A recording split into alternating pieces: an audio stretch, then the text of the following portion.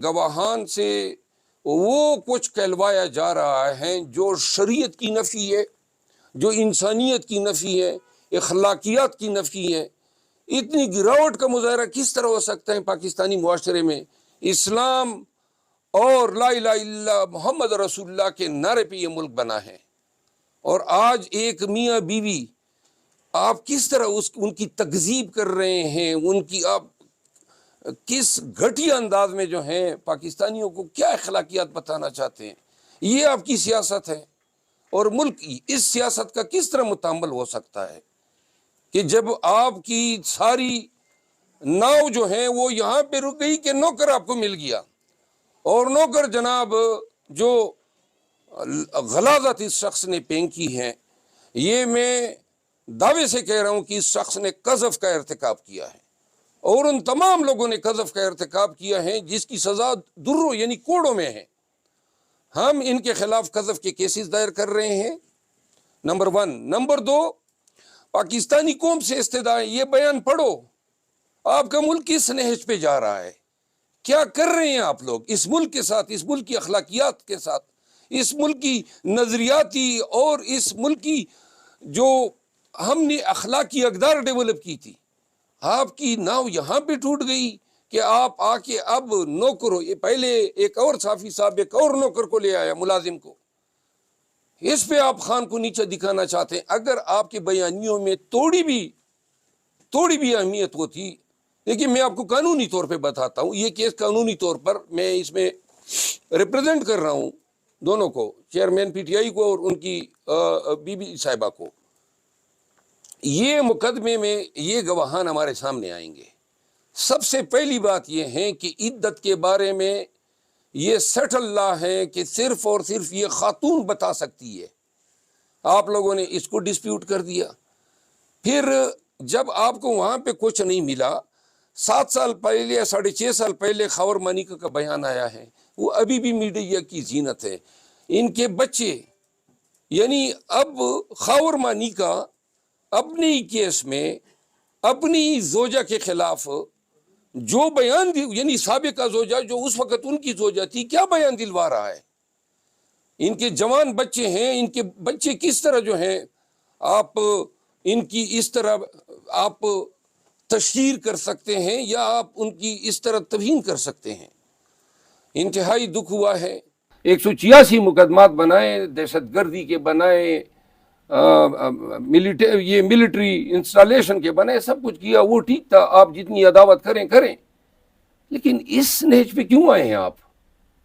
یعنی کیوں کر آپ جو ہیں چیئرمین پی ٹی آئی کی دشمنی میں پاکستان کی اخلاقی قدروں کو اس طرح پامال کر سکتے ہیں؟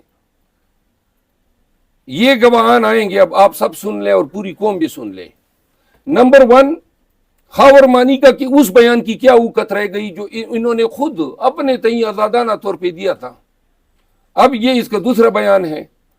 قانون یہ کہتا ہے کہ جب ایک شخص کے 2 بیانات ہوتے ہیں تو وہ سچا نہیں ہوتا ہے، انہوں نے اپنا بیان تبدیل کیا ہے، نمبر 1۔ نمبر 2، یہ جو آپ کے پاس اگر شہادتیں تھی اور یہ ایگزسٹ کرتا تھا تو کن حالات میں آیا؟ خاور مانیکا گرفتار ہوتا ہے، اس کا مطلب ہے ڈیورس ہے، اس کو مارا پیٹا گیا ہے، اسے بیان دلوایا گیا، اب خاور مانیکا کے یہ ملازمین بھی آ رہے ہیں، تو یہ اس کو اس تناظر میں دیکھا جائے گا کہ یہ کیس، یہ اس کا جو مدعی یا مستغیث ہے خاور مانیکا، وہ جب کرپشن کیس میں گرفتار ہوتا ہے، اس کے بعد جناب وہ اس کی کرپشن ختم ہو کے یہاں پہ منتج ہو جاتی ہیں اور وہ استغاثہ لے آتا ہے، پھر اس کا ملازم آ جاتا ہے۔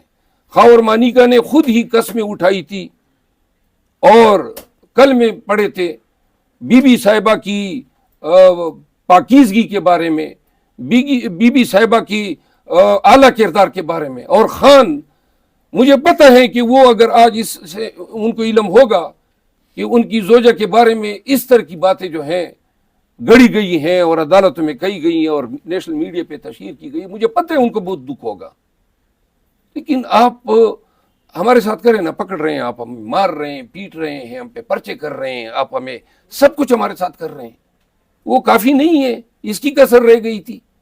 پھر جو ہے یہ شخص جو آج آیا ہے، اور یہ شخص یہ نہیں کہتا ہے کہ جناب گھر میں یہ کچھ ہو رہا تھا اور میں نے مالک کو نہیں بتایا تھا، پھر یہ نہیں کہتا ہے، یہ بدبخت انسان کس طرح کیوں کر کوئی شخص جو ہے وہ آپ کو رسائی دے گا جب آپ گھر کے ملازم ہیں، اور آپ گھر کے ملازم ہیں، اس کا آپ نے کیا ثبوت دیا ہے؟